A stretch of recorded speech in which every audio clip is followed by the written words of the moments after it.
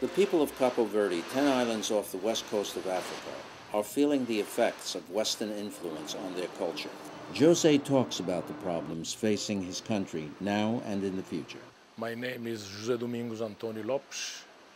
I was born in Brava in 1939, and in 1959 I had the good fortune of going to the United States. I explored the issues of Jose's return from the United States.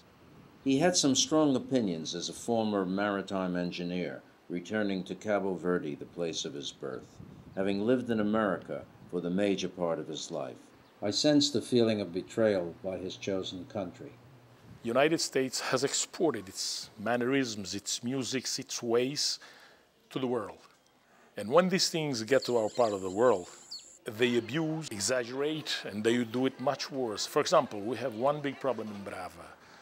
Youngsters are being sent back for infractions perpetrated in the United States, and when they get here, they behave exactly as they did in Watts, as they did in Roxbury, as they did in Brockton, in Brava. The Cape Verdean islands depend primarily on rain for fresh water.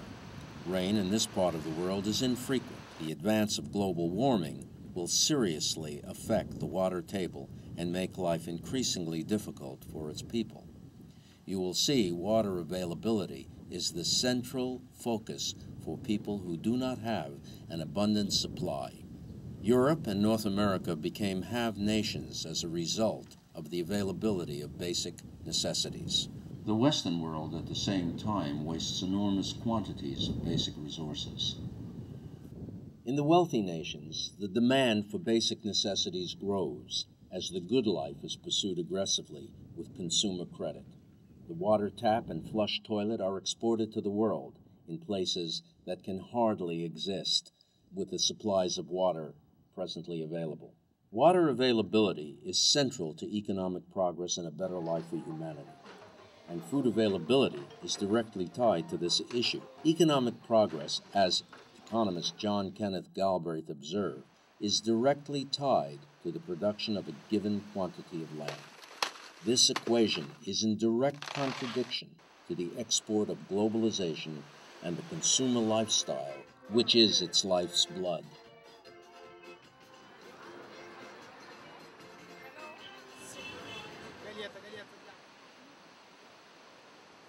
I asked Jose about the freshwater situation on the island of Brava in the Cape Verdean Islands. This is a problem which has been perennial in Cape Verde Island, but lately, since 1959, which I attribute to climate change, it has been the worst. People have suffered. It has forced immigration.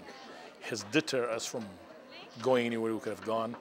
And in the future, I don't see a remedy except if they drill or have desalination plants. Otherwise, we're in trouble in Cape Verde. Desalination, you think, might help? Yes, if used with natural energy as wind and solar. But if they come with the fossil fuels, they'll just double the problem.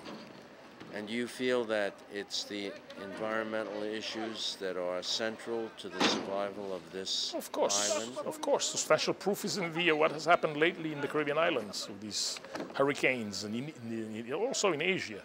This has been the climatic situation that's caused the problem. But that also posits the idea that there would have to be a change in the economy and in the way we live. Definitely. I'm against globalization for one, because that's another flagellum that's come upon humanity, controlled by the all-powerful.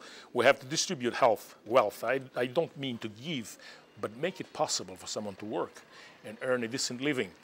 Educate mankind of problem. And you don't feel that that's being done at the moment? No, definitely not. It's done. It is done, but it's look at the price of fuel, price of food in Cape Verde. It's exorbitant.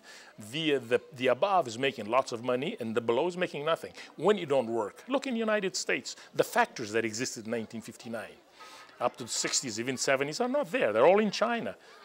In fact, I'm not an economist, but I have trouble believing that the people will continue to live that way.